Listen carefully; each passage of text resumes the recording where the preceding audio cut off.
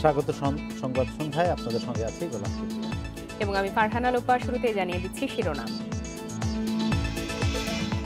ভারতের উপহার 20 lakh dose corona টিকা আসছে কাল। সারা দেশে 8 ফেব্রুয়ারি থেকে প্রয়োগ শুরু।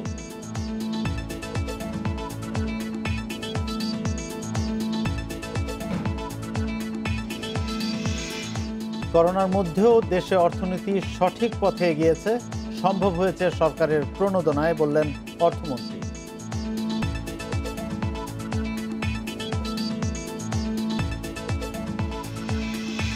যুক্তরাষ্ট্রে ট্রাম্প যুগের অবসান হচ্ছে আজ। শপথ নিচ্ছেন বাইডেন, অনুষ্ঠানে থাকবেন না বিদায়ী প্রেসিডেন্ট।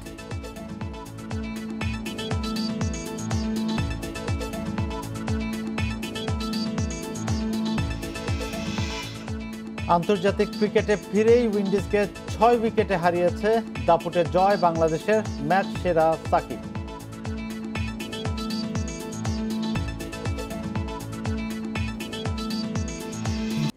শিরোনামগুলো শুনছিলেন, এবার বিস্তারিত। কাল সকালে ঢাকায় আসছে ভারতের দেয়া উপহারের 20 লাখ ডোজ করোনা টিকা। 26 বা 27 জানুয়ারি 25 বিশিষ্ট ব্যক্তিকে টিকা দেওয়ার মাধ্যমে কুর্মিটোলা হাসপাতালে কর্মসূচির উদ্বোধন হবে। এরপর পরীক্ষামূলকভাবে 4 থেকে 500 জনকে টিকা দিয়ে 7 দিন পর্যবেক্ষণে রাখা হবে। আর 8 ফেব্রুয়ারি শুরু হবে মূল কর্মসূচি। প্রধানমন্ত্রীর কার্যালয়ে যৌথ সংবাদ সম্মেলনে এসব তথ্য জানানো হয়। বাংলাদেশকে 20 লাখ ডোজ করোনার ভ্যাকসিন উপহার দিচ্ছে ভারত সরকার। অক্সফোর্ড অ্যাস্ট্রাজেনেকার এই টিকা গ্রহণে সব প্রস্তুতি শেষ। তবে পররাষ্ট্রমন্ত্রী এ.কে আব্দুল মোমেন জানান, উপহারের 20 লাখ ডোজ ছাড়াও বাড়তি 15 লাখ ভ্যাকসিন আসছে ভারত থেকে। 1.5 মিলিয়ন মানে 15 লক্ষ, সেইটা প্রাইভেট যে কোম্পানি তারা অ্যারেঞ্জমেন্ট করেছে তাদের প্রথম শিপমেন্ট আসতেছে। সো আমরা প্রায় 25 লক্ষ এই পাবো। আমরা আমাদের প্রোগ্রাম চালু করে দেবো এবং কন্টিনিউয়াসলি আসতে থাকবে। সংবাদ সম্মেলনে জানানো হয়, প্রথম দফায় 60 লাখ মানুষ পাবেন ভ্যাকসিন। 25 বিশিষ্ট ব্যক্তিকে টিকা প্রয়োগ করা হবে 26 বা 27 জানুয়ারি। পরের দিনেই রাজধানীর 4 হাসপাতাল, ঢাকা মেডিকেল, মুগদা মেডিকেল, কুর্মিটোলা ও কুয়েত মৈত্রীতে সাধারণ মানুষকে পরীক্ষামূলকভাবে দেয়া হবে। কোনো পার্শ্ব প্রতিক্রিয়া হয় কিনা পর্যবেক্ষণ করা হবে 7 দিন। প্রথম দিন যাদেরকে দেওয়া হবে এর মধ্যে ডাক্তার, নার্স এবং ফ্রন্টলাইনে যারা কাজ করেছে তারা থাকবে। এর মধ্যে আমরা বলছি একজন শিক্ষক, একজন মুক্তিযোদ্ধা, একজন পুলিশের প্রতিনিধি, একজন আর্মির প্রতিনিধি, একজন সিভিল প্রশাসনের প্রতিনিধি, একজন সাংবাদিক প্রতিনিধি। এরকম আমরা ক্রস সেক্টর থেকে আমরা চাচ্ছি যে একজন করে নিয়ে এরকম 25 জনকে, 20 থেকে 25 জনকে আমরা প্রতিদিন এই টিকাটা দেওয়ার চেষ্টা করব। প্রাথমিক পর্যায়ের ফল দেখে 8 ফেব্রুয়ারি থেকে ঢাকার বাইরে শুরু হবে টিকা প্রয়োগ। প্রত্যেককে 10 থেকে 15 মিনিট পর্যবেক্ষণ করা হবে টিকা কেন্দ্রে।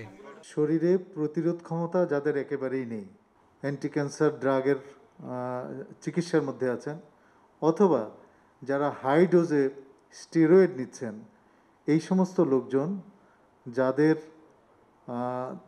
সাধারণ ডিজিজ কন্ডিশন এমন একটা অবস্থায় যেটাতে বডির প্রতিরোধ ক্ষমতা সম্পূর্ণ ভেঙে পড়েছে, সেই সমস্ত মানুষজন এই টিকা দিবেন না। ভ্যাকসিন পেতে নিবন্ধনের জন্য সুরক্ষা অ্যাপের কাজ শেষ হবে 23 জানুয়ারির মধ্যে। দুদিন পরেই হস্তান্তর। Hasan Misbah, independent news, Dhaka. করোনায় দেশে গত 8 মাসে সর্বনিম্ন মৃত্যু হয়েছে আজ। 24 ঘন্টায় মারা গেছেন 8 জন। এ নিয়ে মোট প্রাণহানি হল 7,950 জনের। 199টি ল্যাবে 24 ঘন্টায় 15,410 নমুনা পরীক্ষায় করোনা শনাক্ত হয়েছে 656 জনের। পরীক্ষা বিবেচনায় শনাক্তের হার 4.26%। বুধবার স্বাস্থ্য অধিদপ্তরের বিজ্ঞপ্তিতে জানানো হয়, দেশে মোট করোনা আক্রান্তের সংখ্যা দাঁড়ালো 5,29,687 জনে। সুস্থ হয়েছেন আরও 617 জন। এ নিয়ে মোট সুস্থ 4,74,472 জন।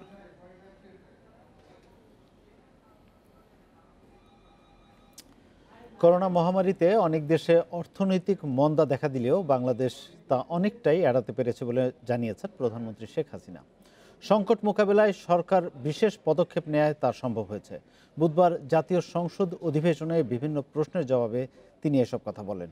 স্পিকার শিরিন শারমিন চৌধুরীর সভাপতিত্বে অধিবেশনে প্রশ্নোত্তর টেবিলে উত্থাপিত হয়। করোনার দুর্যোগের মধ্যে বিশ্বের বিভিন্ন দেশ যখন অর্থনীতি নিয়ে সংকটে, তখন বাংলাদেশ বেশ কিছু সূচকে ভালো করেছে। জিডিপির প্রবৃদ্ধি নিয়ে দাতা সংস্থাগুলোর আশাবাদ, মাথাপিছু জিডিপিতে ভারতকে ছাড়িয়ে যাওয়া, রেমিটেন্স ও রিজার্ভের রেকর্ড, মূল্যস্ফীতির নিম্নমুখী প্রবণতা দেশের অর্থনীতিতে আশার আলো জাগিয়েছে। সংসদে মহামারী পরিস্থিতি মোকাবিলায় সরকারের বিভিন্ন পদক্ষেপের কথা তুলে ধরেন প্রধানমন্ত্রী শেখ হাসিনা। তিনি বলেন, বাংলাদেশ এখন যে ধরনের অর্থনৈতিক বিকাশের মধ্য দিয়ে যাচ্ছে তা অব্যাহত থাকলে ২০৩৫ সাল নাগাদ বিশ্বের ২৫তম বৃহৎ অর্থনীতির দেশ হবে।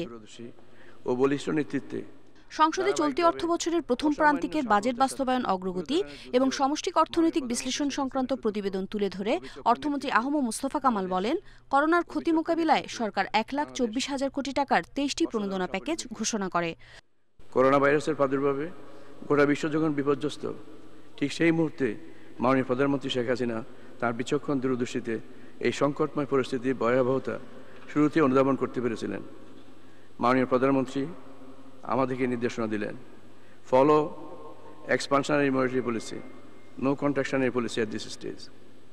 অর্থমন্ত্রী বলেন, সরকার করোনা মোকাবিলায় টিকা প্রয়োগকে সর্বাধিক গুরুত্ব দিয়ে কর্মপরিকল্পনা হাতে নিয়েছে। 18 বছরের ঊর্ধ্বে সবাইকে বিনামূল্যে করোনার টিকা দেয়া হবে।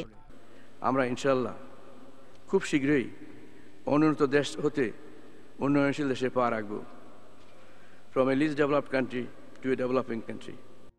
অর্থমন্ত্রী জানান, করোনা ভাইরাসের প্রভাবে গত অর্থবছরের প্রথম প্রান্তিকের তুলনায় চলতি অর্থবছরের একই সময়ে সরকারি ব্যয় কমেছে ৭.৫%। ব্যয় হয়েছে ৬২,৯১৪ কোটি টাকা। Umar Nahar Azmi, independent news, Dhaka. মার্কিন যুক্তরাষ্ট্রের ৪৬তম প্রেসিডেন্ট হিসাবে রাতের শপথ নিচ্ছেন জো বাইডেন। এর মধ্য দিয়ে দেশটিতে অবসান হচ্ছে ডোনাল্ড ট্রাম্প যুগের। মার্কিন প্রেসিডেন্টের শপথ অনুষ্ঠান থেকে ১২ সেনা সদস্যকে সরিয়ে নেওয়া হয়েছে। তাদের সাথে ডানপন্থী মিলিশিয়া দল এবং উগ্রপন্থী মতামত পোস্ট করার সাথে সম্পৃক্ততা পাওয়া গেছে। দেশটির ন্যাশনাল গার্ড ব্যুরোর প্রধান জেনারেল ড্যানিয়েল হোকানসন জানান, এফবিআই এর মাধ্যমে ১০ জনের ব্যাপারটি নিশ্চিত হওয়া গেছে এবং বাকি ২ জনের সম্পর্কে তাদেরই অন্য সূত্র নিশ্চিত করে। ৬ জানুয়ারি ক্যাপিটলে ট্রাম্পের সমর্থক দ্বারা হামলার পর বাইডেনের শপথ অনুষ্ঠান ঘিরে সুরক্ষার ব্যাপারে কড়াকড়ি উদ্যোগ নেওয়া হয়েছে।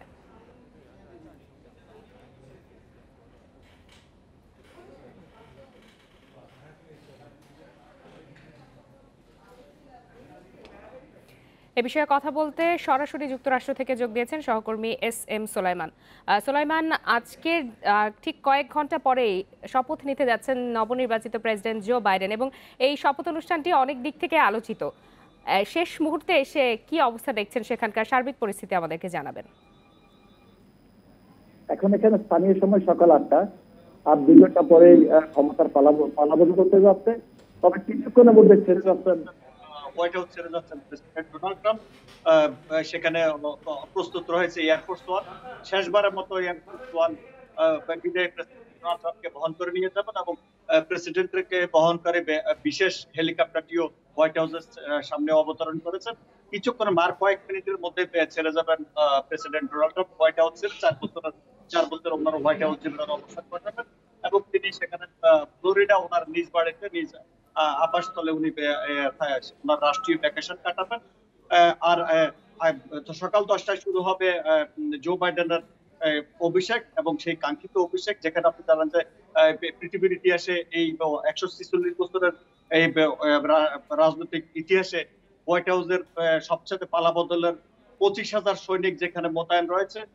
মধ্যপ্রাচ্যে যত সৈনিক আমেরিকান সৈনিক মোতায়েন রয়েছে তার সাথে দ্বিগুণ সৈনিক এখানে মোতায়েন রয়েছে এবং পাশাপাশি ওয়াশিংটন ডিসি আশপাশের অঙ্গরাজ্যগুলো থেকে এবং নিউ ইয়র্ক থেকেও অনেক চৌকুশ পুলিশ কর্মকর্তাদের সেখানে মোতায়েন দেওয়া হয়েছে এবং গতকাল বিকেলে দেলওয়ার থেকে প্রেসিডেন্ট এবং নতুন প্রেসিডেন্ট এবং ভাইস প্রেসিডেন্ট দুইজনে ওয়াশিংটন ডিসিতে পৌঁছেছেন সর্বোচ্চ নিরাপত্তা দিয়ে। আর যেমনটা বলেছিলেন যে এই প্রায় 10,000 অতিথি এবার অংশ নেবেন, যদিও অন্যান্য সময় 20,000 অতিথি সরাসরি অংশ নেন, কিন্তু এবার 10,000 অতিথি অংশ নিয়েছেন এবং প্রায় 2 লাখ মানুষ হোয়াইট হাউসের বাইরে অবস্থান করে, কিন্তু এবার আসলে সর্বসাধারণের ওই রকম কোনো সুযোগ নেই। তবে ভার্চুয়ালি সবাইকে দেখার সুযোগ করে দেওয়া হচ্ছে। এবং শুধু আমি যদি নিরাপত্তার বিষয়টা বলি, ওয়াশিংটন ডিসি নিরাপত্তার চাদরে ঢেকে দেওয়া হয়েছে, অর্থাৎ যত মানুষ আছে তার সাথে দ্বিগুণ ন্যাশনাল গার্ড এবং নিরাপত্তা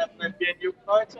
শুধু তাই না, ওয়াশিংটন ডিসির বাইরে নিউ ইয়র্ক সহ যুক্তরাষ্ট্রের 50টি স্টেটের সবগুলো শহরে অতিরিক্ত গুরুত্বপূর্ণ স্থাপনা, সরকারি বেসরকারি গুরুত্বপূর্ণ স্থাপনাতে অতিরিক্ত নিরাপত্তা ব্যবস্থা নেওয়া হয়েছে। এবং আজকে সারাদিন, আজকে রাত পর্যন্ত এই নিরাপত্তা ব্যবস্থা বলবৎ থাকবে। আর আরেকটা গুরুত্বপূর্ণ বিষয় জানিয়ে রাখি যে আজকে ক্ষমতা গ্রহণের পরপরই নতুন প্রেসিডেন্ট জো বাইডেন 10টি নির্বাহী আদেশে স্বাক্ষর করার কথা রয়েছে। তার মধ্যে প্রেসিডেন্ট ডোনাল্ড ট্রাম্প যে মুসলিম ব্যানের যে আদেশ দিয়েছিলেন সেটি প্রথমে উনি বাতিল করবেন। এছাড়া যুক্তরাষ্ট্রের কলেজ এবং বিশ্ববিদ্যালয়ের ছাত্রদের অতিরিক্ত ফি 10,000 পর্যন্ত ফি মওকুফ সহ অনেকগুলা নির্বাহী আদেশে উনি স্বাক্ষর করার কথা রয়েছে।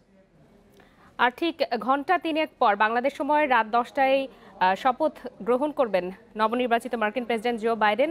তারই সর্বশেষ খবরাখবর যুক্তরাষ্ট্র থেকে জানছিলাম সহকর্মী SM সুলাইমানের কাছ থেকে। আর এরই সাথে সংবাদ সন্ধ্যা একটা বিরতি নিচ্ছে, ফিরবো অন্যান্য প্রসঙ্গ। স্বাগত আরেকবার, দেখছেন সংবাদ সন্ধ্যা। চলে যাচ্ছি পরের প্রসঙ্গে। এই মুহূর্তে ওয়াশিংটন ডিসি ছেড়ে যাচ্ছেন বিদায়ী প্রেসিডেন্ট ডোনাল্ড ট্রাম্প। আমরা সরাসরি চলে যাচ্ছি সেখানে। Sent signals to other Republicans, in my view, that it's okay if you want to vote to convict Donald Trump. I think the majority leader is incredibly upset. You know, he is an institutionalist. He's devoted his life to the institution of the Senate, and to watch what happened 2 weeks ago, I think was very, very personally upsetting to him in a way that it was upsetting to all of us. But when you devote your life to the chamber, I think it took on a special meaning to him. He's also really upset about what happened in Georgia. He blames Donald Trump for those losses, and I think he's right about that. He would be the majority leader, but for Donald Trump. We're seeing Marine One now fly away from the White House for the last time, carrying Donald Trump. As President of the United States, I want to bring in presidential historian Mark Updegrove as we see that iconic video now of Marine One pulling away around the Washington Monument. I can't help it. Even though Donald Trump has not resigned here, he's leaving office after being defeated. The image in my head is Richard Nixon, 1974. Without question, George, that's exactly what comes to mind for me as well. Richard Nixon left the White House on August 9th, 1974, after having resigned from the presidency, the first president in history to resign. It was a very sad and somber day, and Gerald Ford was left to take the oath of office on his own without his predecessor looking on, as is the custom in our country, and that's exactly what's happening here. Like Richard Nixon, Donald Trump is going home to face a very uncertain future, including his legal fate, which will be determined in the Senate later this month and into February. Mark Updegrove, thanks. Terry Moran, leaving behind a divided country right now.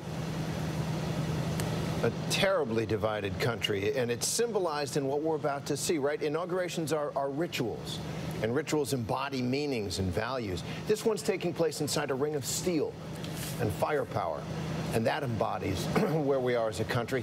And what we're seeing right now, the president leaving, you know, one of the things that the president does upon departing for 150 years is, with his body, the defeated person acknowledging the transfer of power. The presence, the physical presence of the president at the inauguration is meaningful and necessary for the country, and it's his last act of vandalism.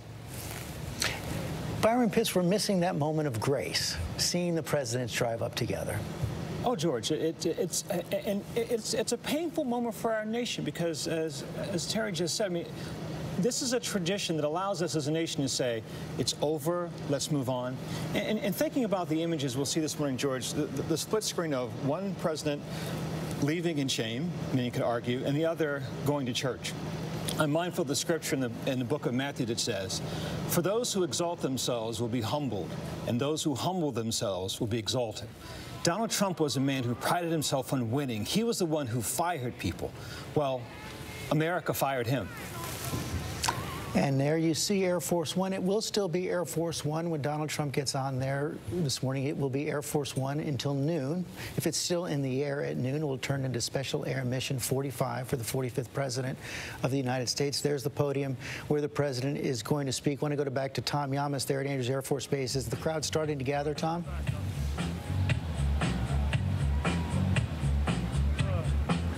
Tom, are you there? Guess we don't have Tom Yamas there right now, but we're going to be waiting for the President to come down and speak. Deborah Roberts, on this point of just how different this morning is from every other inauguration. It definitely is, George. I mean, first of all, for the last 3 inaugurations, I've had the pleasure of being there in Washington, mingling with the crowd, hearing from families who were just so patriotic and so excited about being there to witness this ceremony. So it is very strange being at home and seeing an empty area there. But I want to tell you that I've spent the last few days talking with friends of mine from all around the country, from Arizona to Tennessee to Georgia, a lot of those key states that sort of, particularly Georgia, that factored into this election. And I was not sure what I was going to hear. And I was really, really surprised. And maybe I'm just being a little too optimistic, but to reflect on... আমরা দেখছিলাম president Donald ট্রাম্পের মার্কিন যুক্তরাষ্ট্রের রাজধানী Washington DC ছেড়ে যাওয়ার দৃশ্য। যাচ্ছি পরের প্রসঙ্গে। 10 মাস বিরতির পর সহজ জয় দিয়েই আন্তর্জাতিক ক্রিকেটে ফিরল টাইগাররা। 3 ম্যাচ সিরিজের প্রথম ওয়ানডেতে উইন্ডিজকে মাত্র 122 রানে অল আউট করে 6 উইকেটের জয় তামিমদের। টসে জিতে উইন্ডিজকে ব্যাটিংয়ে পাঠান বাংলাদেশ অধিনায়ক তামিম ইকবাল। স্কোরবোর্ডে 24 রান উঠতেই মুস্তাফিজ তুলে নেন আব্রিস আর জশুয়াকে। পরের 3 শিকার সাকিব আল হাসানের, ম্যাকার্থি, জেসন আর বান্নারের বিদায়ের ব্যাকফুটে চলে যায় ক্যারিবীয়রা। ম্যাচে সাকিবের শিকার 4 উইকেট আর অভিষেকে 3 উইকেট নিয়ে উইন্ডিজকে 122 রানে আটকে রাখেন হাসান মাহমুদ। ছোট টার্গেটে শুরু থেকেই ঝুঁকিহীন ব্যাটিং করেন তামিম লিটন জুটি। লিটনের আউট দিয়ে ভাঙে তাদের 47 রানের জুটি। 3-এ নিজেকে প্রমাণে ব্যর্থ শান্ত, তবে অধিনায়ক তামিম 50 মিস করেন 44 রানে আউট হয়ে। তবে মুশফিকের অপরাজিত 19 রানে ভর করে জয় তুলে নেয় বাংলাদেশ। 10 মাস পর আন্তর্জাতিক ক্রিকেটে ফিরল বাংলাদেশ। করোনাকালে টেস্ট খেলুড়ে অন্য প্রায় সব দেশই ক্রিকেটে ফিরেছে আগেই। উইন্ডিজের বিপক্ষে ওয়ানডে সিরিজের শুরুতে তাই ছোট্ট আনুষ্ঠানিকতার মাধ্যমে প্রতিপক্ষ দলকে ধন্যবাদ জানান বিসিবি সভাপতি নাজমুল হাসান পাপন। শূন্য গ্যালারিতে স্বাস্থ্যবিধি মেনেই মিরপুরে চলছে সিরিজের প্রথম ওয়ানডে।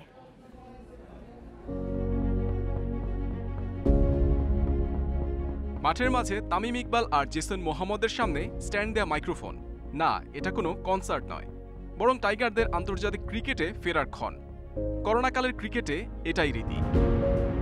অধিনায়কত্বের যাত্রার শুরুতে টস ভাগ্য থাকলো তামিমের পাশেই। মেঘলা আবহাওয়া কাজে লাগানোর সুযোগ তাই হাতছাড়া হয়নি।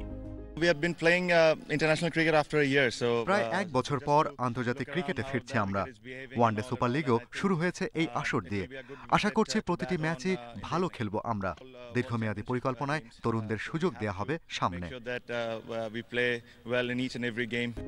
বিসিবির পক্ষ থেকে ছিল ছোট্ট আনুষ্ঠানিকতা। প্রায় 1 বছরের অপেক্ষার অবসান বলে কথা। This is the moment we all have been waiting for. এই মুহূর্তটির জন্যই আমরা অপেক্ষা করেছি। বাংলাদেশে আসার জন্য ওয়েস্ট ইন্ডিজকে ধন্যবাদ জানাই। করোনা বিরতির পর ওদের সহযোগিতায় আন্তর্জাতিক ক্রিকেটে ফিরল বাংলাদেশ। এই মুহূর্ত এখন উদযাপন।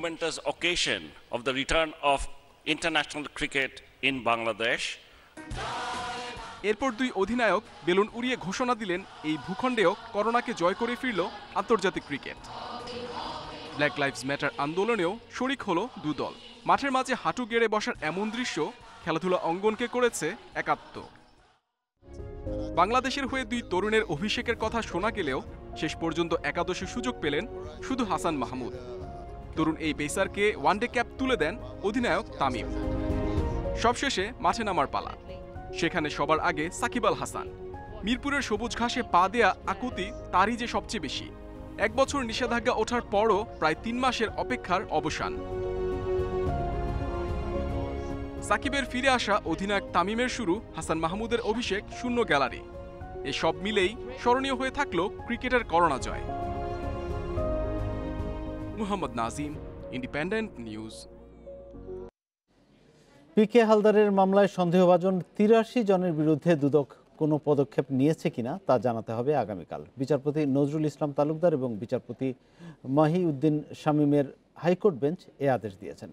একই সঙ্গে পিপলস ইন্টারন্যাশনাল লিজিংয়ের চেয়ারম্যান এবং সাবেক শিক্ষা সচিব NI খানের নাম বাদ দিতে অবসায়ক এবং বাংলাদেশ ব্যাংকের উপমহাব্যবস্থাপকের আবেদনের আদেশও দেওয়া হবে একই দিনে। ৮৩ জনের তালিকায় ভুলে NI খানের নাম যুক্ত হয়েছে জানিয়ে তা প্রত্যাহার চেয়ে করা আবেদনটি গভর্নরের অনুমোদন ছাড়াই করা হয়েছে বলে আদালতকে জানিয়েছেন ডেপুটি অ্যাটর্নি জেনারেল।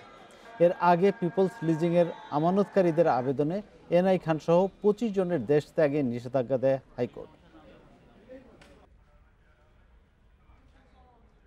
বাংলাদেশ ব্যাংকের একজন DGM আসাদুজ্জামান উনি একজনের সাপোর্টে NI খানের সাপোর্টে উনি পক্ষভুক্ত হতে চেয়েছেন, কিন্তু যিনি DGM আসাদুজ্জামান উনি কোনো অথরাইজেশন লেটার বাংলাদেশ ব্যাংকের গভর্নরের কাছ থেকে আনেন নাই। আমি তাৎক্ষণিক বাংলাদেশ ব্যাংকের গভর্নরের সাথে কথা বলেছি। এই ব্যাংক অ্যাকাউন্টটার ফ্রিজ আছে BFIর আবেদনে। BFIও একটা ব্যাংক জব্দ করতে পারে শুধুমাত্র 30 ডেজ। এই 30 ডেজ করে করে উনি 7 বার পর্যন্ত জব্দ চাইতে পারবে। এই 7 বারের পরে BFIর কিন্তু আইনি কোনো ক্ষমতা নেই। তখন যেই তদন্তকারী সংস্থা, অনুসন্ধানকারী সংস্থা, ধরেন দুর্নীতি দমন কমিশন অথবা আপনার CID, তাদের আবেদনের ভিত্তিতে জব্দ হতে হবে। সংবাদ সন্ধ্যায় আবারও একটি বিরতি, আর বিরতির পর ফিরে এসে আরো যা থাকছে। আজ ও কাল মেঘলা থাকবে ঢাকার আকাশ, হতে পারে বৃষ্টিও, শীতের তীব্রতা বাড়ার পূর্বাভাস।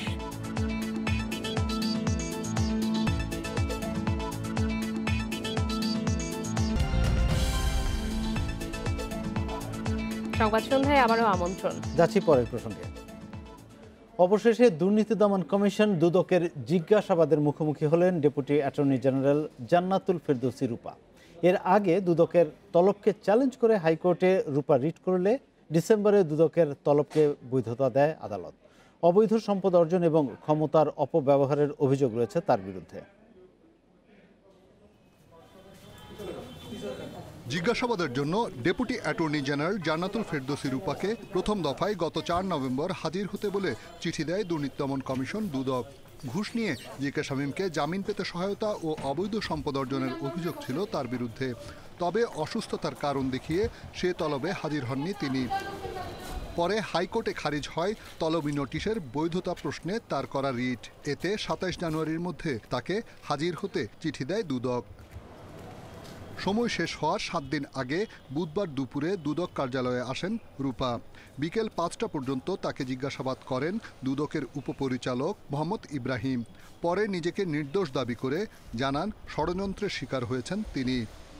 জামিন দেওয়ার ক্ষমতা একমাত্র আদালত, জামিন দেওয়ার ব্যাপারে মাননীয় আদালতে বিচারকগণ স্বাধীন, মামলার গুণাগুণ বিচার করে মাননীয় আদালত দেয়। তবে দুদক বলছে সুনির্দিষ্ট অভিযোগে রূপার সম্পদের খোঁজ করছে দুদক, তার অংশ হিসেবেই জিজ্ঞাসাবাদ করা হচ্ছে। অবৈধ প্রক্রিয়ার একটি জামিনের বিষয় ছিল, যেখানে তার অবৈধভাবে ক্ষমতার অপব্যবহার বা অবৈধ প্রক্রিয়ায় অংশগ্রহণের একটি বিষয় ছিল একজন আসামির। সেই কারণে তার বিরুদ্ধে দুদক থেকে অবৈধ সম্পদ আছে কিনা এবং সেই বিষয়টি খোঁজ নেওয়া হয়েছে এবং খোঁজ নিয়ে তাকে ডাকা হয়েছিল। এছাড়া রূপার কাছ থেকে জাতীয় পরিচয়পত্র, পাসপোর্টের কপি ও আয়কর সনদ চেয়েছে দুদক। রিশাদ হুদা, ইন্ডিপেন্ডেন্ট নিউজ, ঢাকা। ঢাকা সহ সারা দেশে কালও গুঁড়ি গুঁড়ি বৃষ্টি হতে পারে, তবে ভারী বৃষ্টির সম্ভাবনা নেই। আবহাওয়াবিদ জানান পশ্চিমা লঘুচাপের প্রভাবে এ বৃষ্টি, এতে শীতও কিছুটা বাড়তে পারে। শুক্রবার থেকে মৃদু শৈত্যপ্রবাহ বয়ে যাওয়ার পূর্বাভাস দিচ্ছে আবহাওয়া অধিদপ্তর। আগে থেকেই পূর্বাভাস ছিল জানুয়ারির মাঝামাঝিতে শীত বাড়বে, বৃষ্টিও হবে। বুধবার সকাল থেকেই ঢাকায় মেঘাচ্ছন্ন আকাশ, সাথে বৃষ্টির দেখাও পাওয়া গেল। বৃষ্টির পাশাপাশি সারা দেশের বিভিন্ন জায়গায় বেড়েছে শীতের তীব্রতা, কষ্ট বেড়েছে উত্তরাঞ্চলের মানুষের। দেখতেছি যে অনেক শীত, কনকনা শীত, রাস্তাঘাট দিয়ে যে হাঁটবো একটা গাড়ি আসলে মনে হয় অ্যাক্সিডেন্ট হয়ে যাব, এরকম অবস্থা চলে আসছে আর কি। খুব অবস্থা বাবা, কিছু নাই বাবা, কাপড় সাপড় কোনো নাই, বিদ্যুৎ হয়ে গেছি বাবা। আবহাওয়া অধিদপ্তর জানিয়েছে বৃহস্পতিবার পর্যন্ত গুঁড়ি গুঁড়ি বৃষ্টি হবে, তবে এটা বাড়ার কোনো সম্ভাবনা নেই। এতে খুব বেশি শীত বাড়বে না বলে জানিয়েছেন আবহাওয়াবিদ।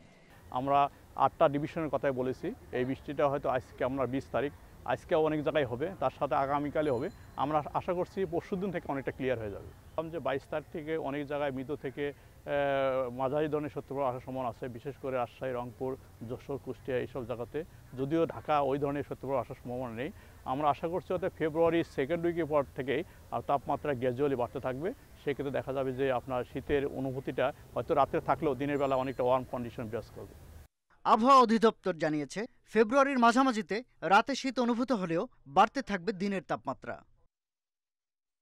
শাহাদাত স্বপন, ইন্ডিপেন্ডেন্ট নিউজ, ঢাকা। সংবাদ সন্ধ্যায় আবারও বিরতি নিচ্ছি, আর ফিরে এসে যা থাকছে। ব্যবসায়ীকে অপহরণ এবং স্বর্ণ লুটের ঘটনায় মাদক নিয়ন্ত্রণ কর্মকর্তার বিরুদ্ধে ব্যবস্থা নিতে মন্ত্রণালয়কে চিঠি, 4 জন সাময়িক বরখাস্ত।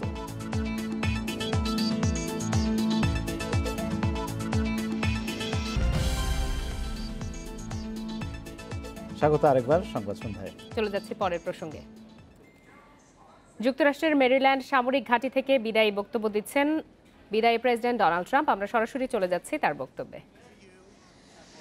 I will be watching, I will be listening, and I will tell you that the future of this country has never been better. I wish the new administration great luck and great success. I think they'll have great success. They have the foundation to do something really spectacular. And again, we put it in a position like it's never been before, despite the worst plague to never been better. I wish the new administration great luck and great success. I think they'll have great success. They have the foundation to do something really spectacular. And again, we put it in a position like it's never been before, despite the worst plague to hit since, I guess you'd say 1917, over 100 years ago. And despite that, the things that we've done have been just incredible, and I couldn't have done it without you. So just a goodbye. We love you.